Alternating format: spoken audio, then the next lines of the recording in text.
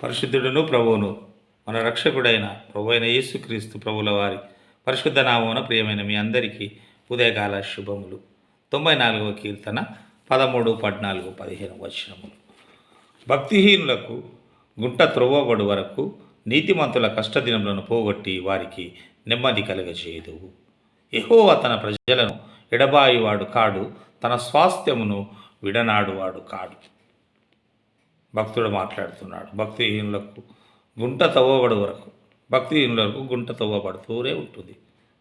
భక్తులందరూ దానిలో పడేయబడతారు. కానీ నీతిమంతుల కష్టదినములను పోగొట్టి వారికి నెమ్మది కలగచేయదు.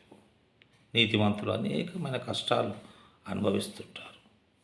ఈ భక్తిహీనులు నీతిమంతులను ఎప్పుడు ఇబ్బందులు పాలు చేస్తూ వారిని కష్టాల్లో ఉంచాలనే ప్రయత్నాల్లో ఉంటారు. కానీ వారికి తెలియదు, వారికి ఒక గుంట త్రవ్వబడుతుంది.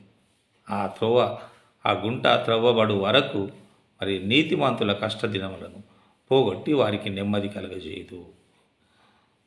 దేవుడు వారికి నెమ్మది కలుగజేస్తాడని భక్తుడు మాట్లాడుతున్నాడు.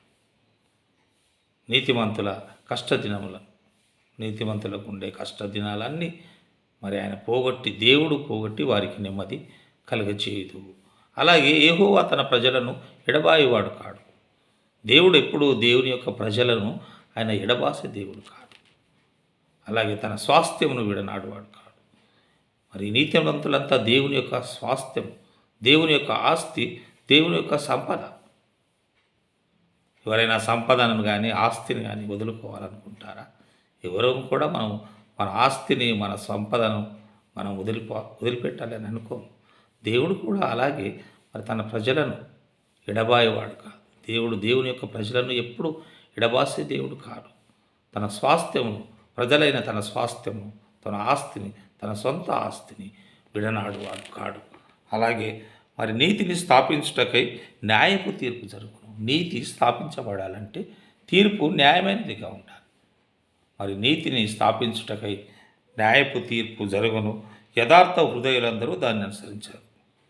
యథార్థ హృదయం కలిగిన వారందరూ ఆ నీతిని అనుసరించేవారిగా ఉంటారు. మరి ఆ తీర్పు జరుగును. యథార్థ హృదయులందరూ ఆ తీర్పులో యథార్థవంతులు పాల్గొంటారు.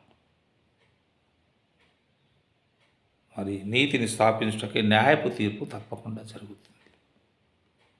నీతిమంతులకు న్యాయపు తీర్పు జరుగుతుంది. ఎందుకంటే తన ప్రజలను ఆయన ఎడబాసే దేవుడు కాదు, విడనాడు దేవుడు కాదు. తన ప్రజలు, తన యొక్క ఆస్తి దేవుడే కాపాడే దేవుడుగా ఉంటాడు.